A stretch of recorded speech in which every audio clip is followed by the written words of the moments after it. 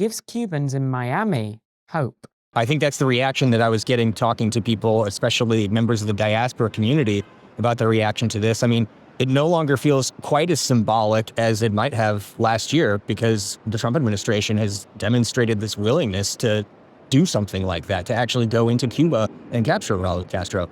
Now, of course, we have no idea if that's actually in the offing, but it certainly seems like more possibility than it used to. Cuban President Miguel Diaz-Canel has responded on X, saying the indictment has no legal basis and is politically motivated. While US and Iran negotiations drag on, Tehran is full steam ahead, enforcing its grip on the Strait of Hormuz, controlling what gets through and, in some cases, cashing in on it. Washington has warned against complying with the Islamic Revolutionary Guard system, but some shippers and governments are taking the risk. Iranian allies like Russia and China, as well as India and Pakistan, where fuel shortages are biting hard thanks to the strait's closure. Our reporter Devyot Ghoshal has been tracking how this system works. In these arrangements, these countries negotiate directly with Iran's foreign minister, who then passes on those requests. Once approved, the IRGC is then able to coordinate and provide route instructions. And then you have ships not covered by any of these government-to-government deals. And we understand that these vessels can apply to go through the Strait of Hormuz using a vetting process, and in some instances, sources tell us, are paying fees.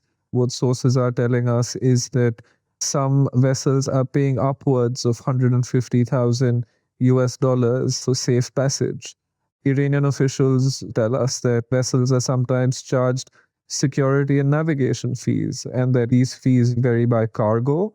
And one of the officials also noted that not all countries are subject to these charges. Anybody who's making these payments effectively opens themselves up to sanctions. And of course, ships linked to the United States or Israel, these are vessels that Iran explicitly bars from being able to transit Hormuz.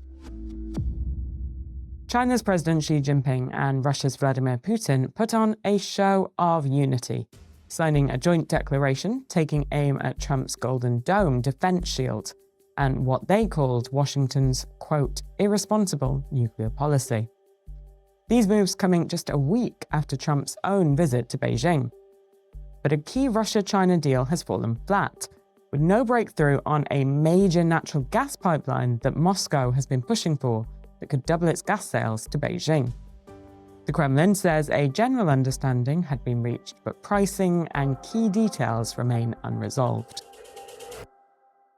And while Putin and Xi openly criticized the US president, Trump had news of his own, saying he plans to speak with Taiwan's president, Lai Ching-te. Well, I'll speak to him. I speak to everybody. A move which could pour fuel on an already tense relationship with Beijing. We'll work on that, the Taiwan problem. US and Taiwanese presidents haven't spoken directly since 1979, as China views the island as its own territory.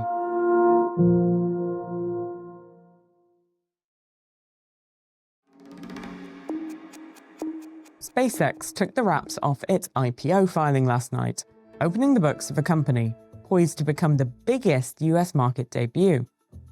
The company is aiming for a record-setting $1.7 trillion valuation, which could put Elon Musk on track to become the first trillionaire in history.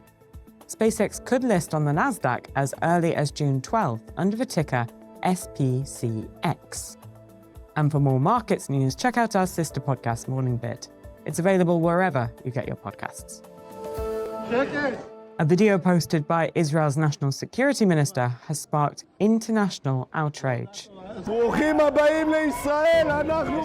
It shows Itamar Ben-Gvir taunting activists detained from a Gaza-bound flotilla, while police forced them to kneel on the ground in rows, hands tied behind their backs. At least 9 countries have condemned it, and several capitals have summoned senior Israeli diplomats to explain themselves. And there's criticism at home too. Prime Minister Benjamin Netanyahu has rebuked the conduct shown in the video, even as he defended intercepting the flotilla, which Israel says it stopped lawfully under its Gaza blockade.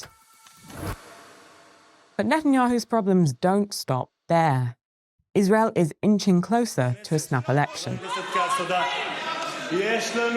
Lawmakers giving an initial green light to dissolve parliament.